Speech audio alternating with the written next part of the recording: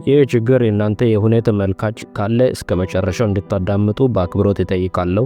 ምክንያቱም ለዚህ ችግር መፍትሄ ይሆናል ብዬ አንብቤው ያሰብኩትን ነውና ለእናንተ የማቀርበው። እናም በተጨማሪ ዋናው ነገር ይህ ችግር እኔም ጋር ነበረ። ነገር ግን መፈታት ያለበትን ቦታው የቱ ጋር እንደሆነ የጠቆመኝ ሰው ስላልነበረ ብዙ ተቸግሬ ነበረ።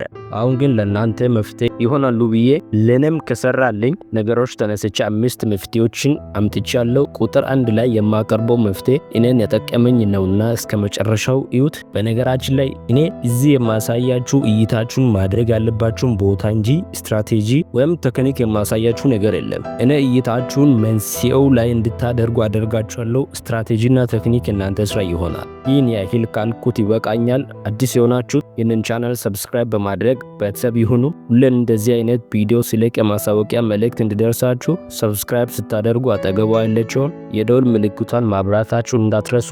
ላይክ በማድረግ ቀጥታ ወደ ቪዲዮ እንሄድ።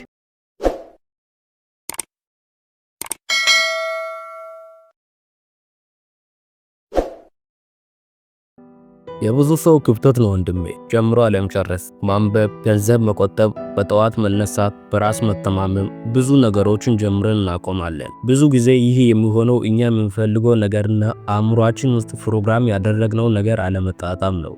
አእምሯችን እያንዳንዷን ነገር በፕሮግራም ነው የሚሰራው። አዲስ ልምዶችን እስኪያምን ድረስ ምን ያህል እንደሚፈልገው ለማወቅ በተደጋጋሚ ያን ነገር እንድታደርግ ይፈልጋል።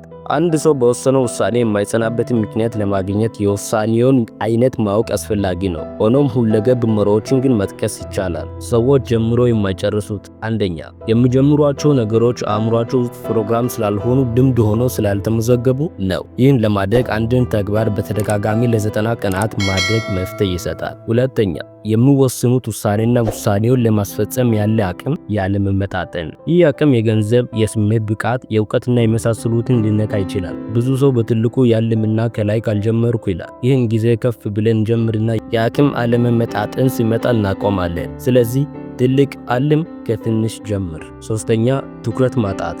ትኩረት ይኑሪ። በዚህ ዘመን ብዙ ሰው ያጣው ይሄን ነው። አንድን ነገር ወስኔ ያንን ከመጀመሪ በፊት ወይም ከጀመርክ በኋላ ሌላ ነገር ትኩረትን የሚስብ አይነት ሰው ከሆንክ ሁሉን ነገር ነካ ነካ የማድረግ ህይወት ውስጥ ራስን ታገኘዋለህ። አራተኛ ፕሮክራስቲኔሽን፣ ለነገ የማስተላለፍ ዝንባሌና ሰነፍነ ከሆንክ you must change bro። ይህ የብዙዎቻችን ችግር ነው።